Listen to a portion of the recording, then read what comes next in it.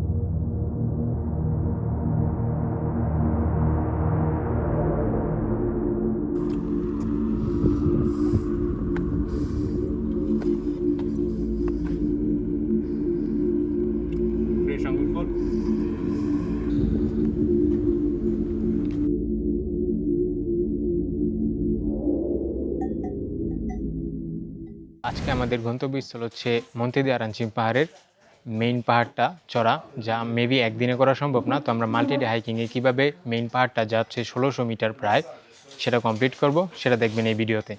আমরা আজকে চেষ্টা করব 2 দিনের মধ্যে এটা কমপ্লিট করা। এটা একদিনে সম্ভব না, কারণ অনেক বেশি পাহাড় একসাথে আর অনেকগুলা কুট থাকে, তো অনেক উচ্চতা, তো এত সহজে উঠা যায় না। তো আমরা আজকে চেষ্টা করব, আজকে সারাদিন আমরা হাইক করছি, রিফিউজি ক্যাম্প পর্যন্ত আসছি, তারপরে রাত্রে চেষ্টা করবো হাইক করার, তারপরে কালকেও হাইক করার চেষ্টা করব।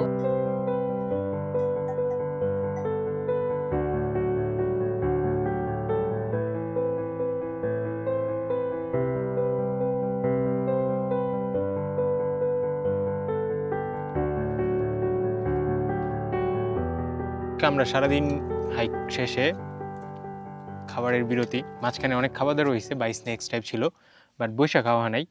তো এখন শুরু হয়েছে আমাদের like lunch and dinner together, one break for lunch and dinner, then we have to go on the top.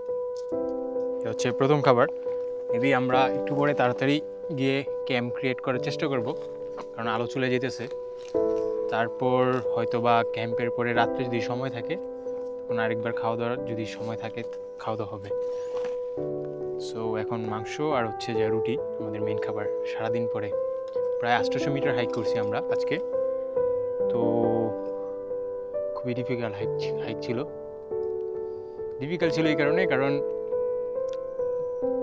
পাহাড়ি রাস্তা, মেইন ট্রেল নাই, তো দেখা যায় পাহাড়ি রাস্তা দিয়ে আমাদের হাইক করতে হয়েছে। ট্রেল দিয়ে হাইক করা খুব সহজ, কিন্তু রাস্তা দিয়ে হাইক করা খুব কঠিন। সারাদিন পরে খাওয়ার মজা অন্যরকম। তবে হাইকে একটা জিনিস খুবই মজার ব্যাপার, তা হচ্ছে হাইকে জীবনযাত্রার মান কমায় দেয়। মানে এই যে পাহাড়ের মাঝখানে বৈশা কোনো কিছু ছাড়া নিরিবিলি খাওয়া। একবার তো রাস্তার মাঝখানে বৈশা খাওয়া শুরু করে দিয়েছিলাম, ক্ষুধা লাগছে, কী করবো। তো হাইক করাই একটা প্লাস পয়েন্ট, লাইফে আপনার খুব নিচ অব্দি নেওয়া যায়, আপনি সব কিছু ফিল করতে পারেন। মানে আভিজাত্য বা অহংকার জিনিসটা আর থাকে না, মাটির মানুষ।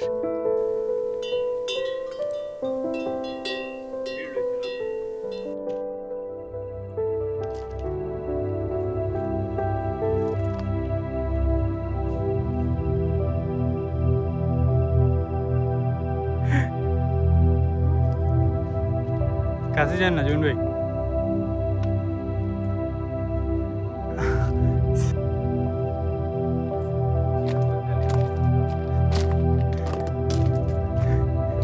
ভাই কইছিল যে এনে ঘাট ঘুরে, গরুই কি ঘাট? গরুই ঘাট, গরু আমরা যেতে দেন।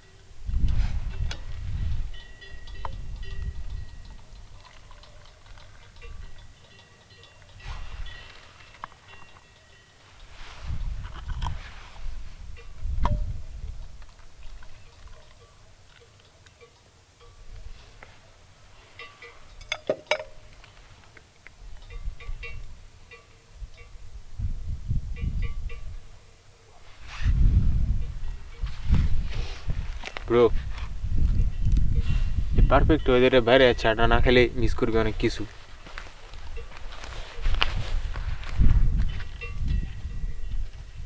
এখানে বউ দেখবি, তারাও দেখতে পারবি। রাত্রের 1টা বাজে, চায়ের ব্রেক।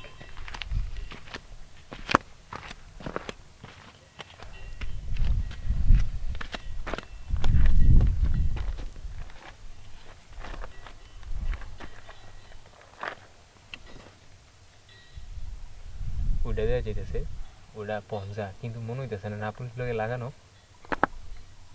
কিন্তু এটা নাপুলি না, এটা চিজ পারলুঙ্গা মনে হয়।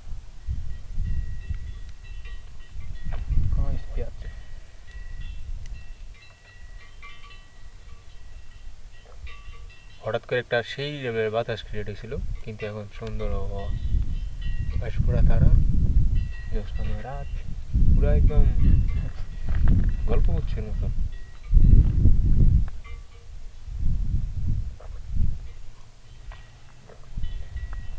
সাগরের রিফ্লেকশন,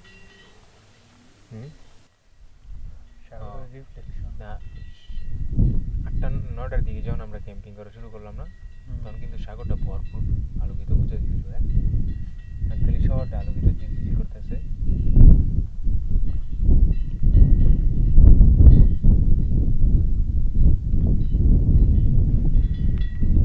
খুব কাঁপতাছি। নর্মাল এসি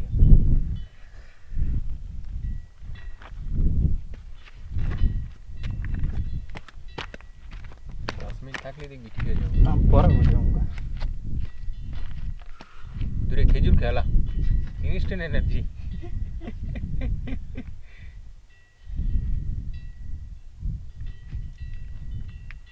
তবে কালকে সকালে আমাদের মেন উদ্দেশ্য কি?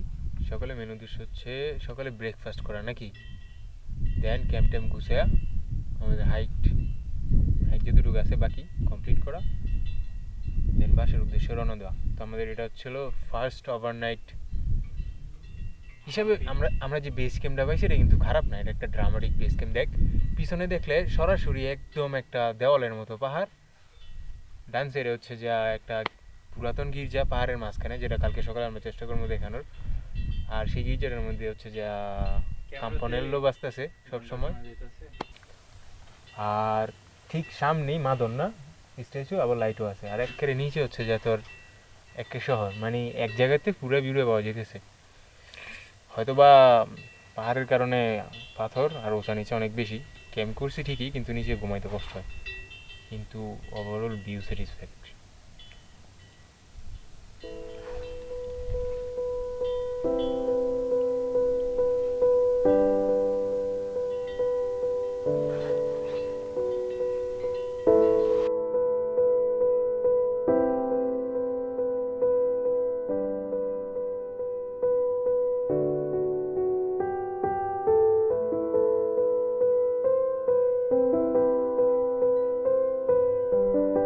আজকে সারাদিন হাইক শেষে আমরা আমাদের গন্তব্যস্থলে ঠিক পৌঁছে নেই, কিন্তু আমরা মাঝপথে খাবার ব্রেক নিলাম। তারপরে সন্ধ্যা হয়ে গেছে, তো আমরা ঠিকমতো ক্যাম্পের স্থান খুঁজে পাই নাই। কষ্ট করে একটা জায়গা পাইছি পাহাড়ের ঠিক ওপরে, সেখান থেকে সুন্দর একটা ভিউ, আর সাথে আমাদের ক্যাম্পিং করা হয়েছে এই জায়গায়। ওয়েদার খুব সুন্দর ছিল, বাট হঠাৎ করে কেন জানি অনেক বেশি বাতাস হওয়া শুরু হয়েছে। তো ওই হিসাবে বলা যায় পাহাড়ের উপরের দিকে ক্যাম্পিং করতে গেলে একটু সমস্যা, ওয়েদার কখন চেঞ্জ হয়ে যায় ঠিক বলা যায় না। তো দেখা যাক, চাঁদনি রাত, খুব সুন্দর ওয়েদার, এখন একটু বাতাসটা কমছে।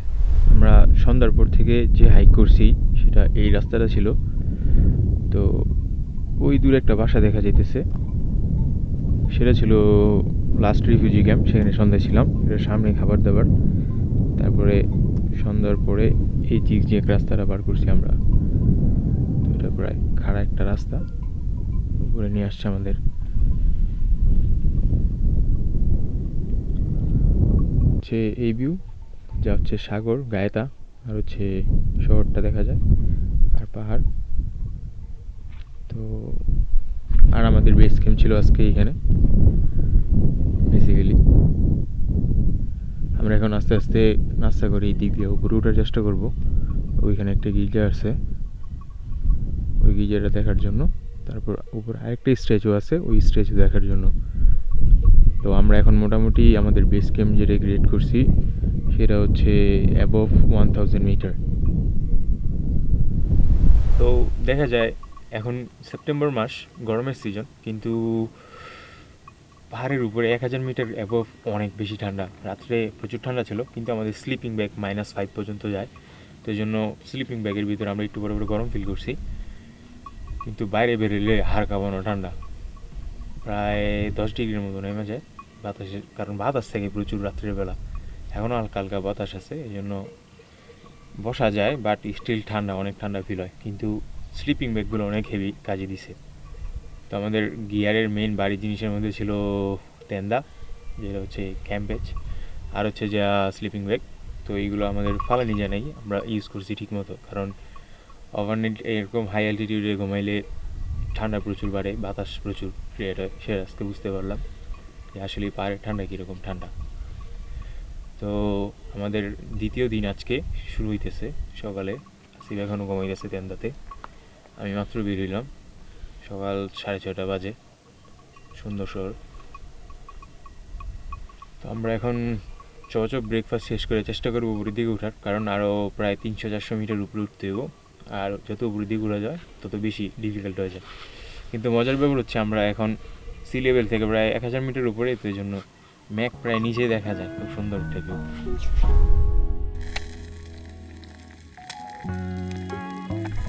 পাহাড়টা দেখলে দেখা যায় খুবই ছোট, মানে ক্যামেরাতে ঠিক মতো বোঝা যায় না, কিন্তু এটা পাহাড়ের খুবই ছোট্ট একটা পাহাড়। ওরা কাটছে অনেক আগে, এটা একটা পুরাতন গির্জা বানাইছে শিখ পাহাড়ের ভিতরে।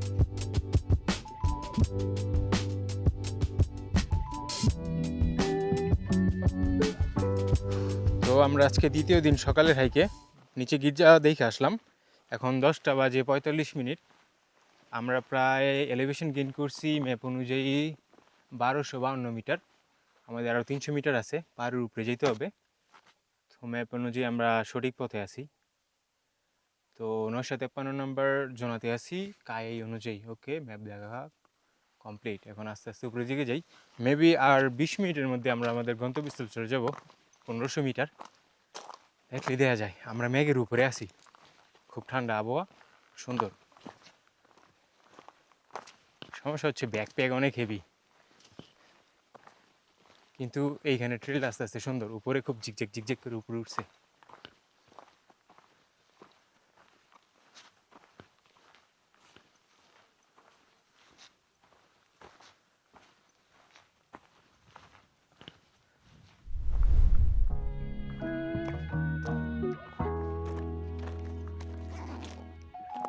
আমরা পাহাড়ের বেলি থেকে উপরের দিকে উঠতেছি, মেঘ যাইতেছে দেখা যায়, হ্যাঁ মেঘ ধরা যাবে এরকম অবস্থা।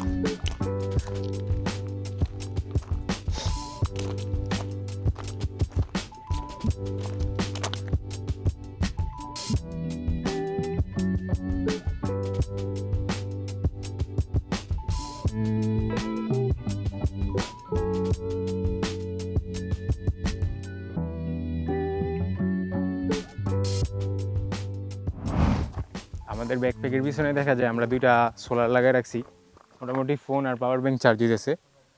তো খুবই স্লো গতিতে, কিন্তু নাইমামার থেকে আনামামা ভালো।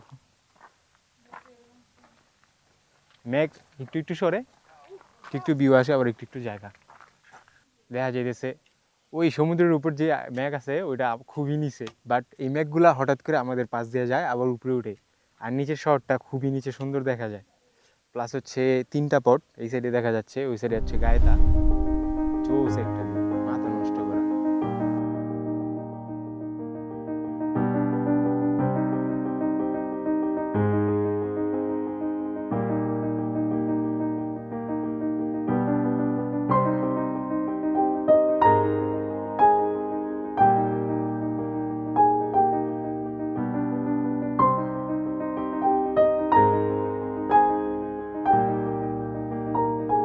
তো আমাদের 2 দিনের হাইক আনএক্সপেক্টেড ছিল।